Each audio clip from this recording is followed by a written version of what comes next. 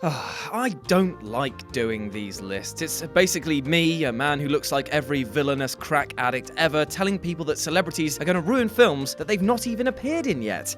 It's all speculation. Yet it does highlight how important it is to get a film's casting right. Get it wrong, and the film dies, franchise plans come tumbling down, and the fans take up their metaphorical pitchforks, and we make another list about how we were right and you don't want that, because we're smug enough. With this in mind, I'm Jules, Whatculture.com, and these are 8 actors who will definitely ruin upcoming films. Number 8. Rihanna, Oceans 8. After the Ghostbusters debacle, female-led spin-off Oceans 8 is bound to cause controversy when it lands next summer. I don't actually care what gender you are, nor your beliefs. Just make the goddamn film good. Unfortunately, the film's chances of success has already been compromised somewhat by the weak link in the casting chain that is Rihanna. She is a woman of many talents for sure, but anyone who sat through Battleship or Valerian and the City of a Thousand Planets will tell you that acting is not one of them. The worst thing about this whole situation is that she'll be starring in Ocean's 8 alongside some immensely skilled actresses like Cate Blanchett, Helena Bonham Carter, and Sandra Bullock. It will only serve to highlight her shortcomings, and she'll have no lavish CGI to hide behind. Number 7. Paul T. Taylor, Hellraiser Judgment. Hellraiser fans don't have anything personal against Paul T. Taylor. He just doesn't have any business playing Pinhead while there's still life left in the great Doug Bradley, aka my dad. Recasting horror movie icons rarely goes down well because the actor who's been bringing them to life across the ages becomes synonymous with the character, and when they don't have a hockey mask to hide behind, it's all too noticeable. Dimension Films pulled the same stunt with 2011's Hellraiser Revelations by casting Stephen Smith Collins as the Cenobite, and that failed miserably. Taylor might look the part when in full makeup, but nobody wants to see a Hellraiser movie with somebody else in the lead role, especially in one that was seemingly made just so Dimension can hold on to the rights of the franchise. Number 6. Zac Efron, Extremely Wicked, Shockingly Evil, and Vile. Extremely wicked, shockingly evil, and vile are some of the words that could be used to describe the decision to cast Zac Efron as the lead in the upcoming Ted Bundy biopic. Efron, who's predominantly known for playing heartthrob and comedy roles, is playing the notorious serial killer, rapist, kidnapper, thief, and necrophile. Exactly what part of that did they think was going to work? Sure, the High School Musical star has dabbled in darker roles such as Parkland and the downright weird Paperboy, but nothing that qualifies him to play the deeply disturbed murderer. Although it will be funny to think of all the tween fan faces display horror when Zack Attack starts bonking corpses. Number 5. James Corden as Peter Rabbit. James Corden works well enough in small doses, half-hour sitcom episodes, talk shows, and the occasional bit part in a Hollywood movie, but no one wants to hear him voice a CGI rabbit for over an hour. He was tolerable in Into the Woods, but again, he wasn't the sole focus. I've got nothing against the man, but he's not what I imagine as the voice behind one of my childhood icons. He's a little too over the top and way too smarmy, which just doesn't suit Peter's cute and endearing nature, just like our own Peter Austin.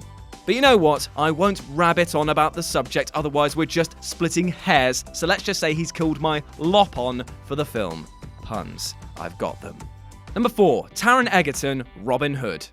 In fairness to Mr. Egerton, he won't be the most miscast Robin Hood of all time, as that honour will always go to Kevin Costner, but the Kingsman actor is a poor fit for English folklore nonetheless. Egerton, of course, played an exaggerated version of himself in the Kingsman series, and that kind of thing might have gone down well in a more light-hearted Robin Hood reboot. But this origin tale is being touted as a grisly reimagining that takes its cue from Peaky Blinders. So, this version of the Prince of Thieves will most likely be a brooding anti-hero scarred by the Crusades.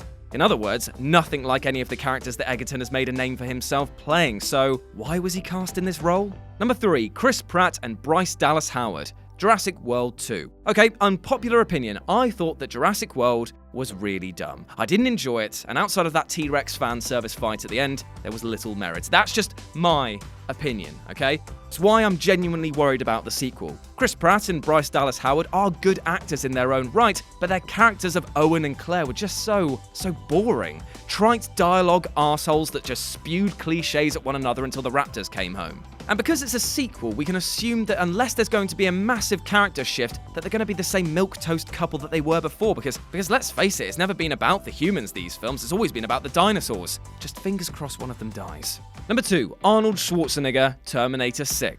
Now, admittedly, this is a contentious one because nobody really wants to see a Terminator film without Arnold Schwarzenegger in it. They tried it before, and it did not work. But here's the thing, Terminator 6 finds itself in something of a catch-22 situation because it's unlikely to work with Arnie now that he's over 70 years of age. There are two possible ways the sequel might be able to use him. I mean, he could play an aging T-800 again like he did in Giant Ice Ice, or he could portray the human that the Terminators were originally based on, which James Cameron has strongly hinted at in his interviews. Neither of those scenarios are going to go down well, though. Arnie was pretty unconvincing as a geriatric killing machine in the last movie, but having him in a Terminator movie and in a non-Terminator role would be too distracting and just wouldn't sit right. And number 1, Sophie Turner, X-Men Dark Phoenix. I love Game of Thrones, and I love X-Men, but seeing Sophie Turner churn out a lifeless performance as Jean Grey was painful. To call her wooden would have been an insult to the raw material itself. Most of it was down to a lack of confidence in her American accent, which she just kept on forgetting to maintain. And elevating her to be the focus of the Dark Phoenix saga is only going to highlight these issues. She's a capable actor, but she's one that's still learning. Game of Thrones is a good nesting ground for her, as we've seen her move from meek to strong in more ways than one. However, jumping from a dialogue-based show to an action film is proving to be a struggle that she just simply isn't rising to at present. And that's our negative, oh so negative list. I had fun, did you? Well, drop me a comment down below letting me know which other actors you reckon might ruin upcoming films. And then why not swing by whatculture.com for more news and articles like this every goddamn day. As always, I've been Jules, you've been awesome, and I'll speak to you soon. Hey guys, thanks for making it to the end of the video. Aren't you a star? Don't forget to subscribe below, and also the people who made this video, they're right here, so go and follow them and give them some love. If you want to see more content, there's probably some stuff flowing up above my head. Why not check it out? It could be fun. I'm not your dad.